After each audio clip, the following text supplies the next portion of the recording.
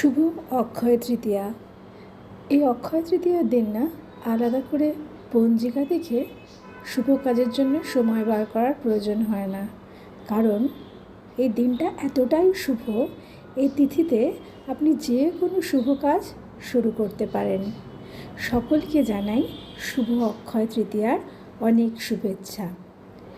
সকলের আনন্দ, হাসি, শান্তি, সুখ, সাফল্য, ভক্তি, শৌর্য, সুন্দর মন সকল কিছু থাক অক্ষয়।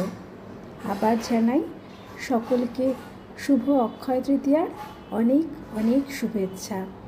খুব ভালো কাটুক আপনাদের এই দিনটা।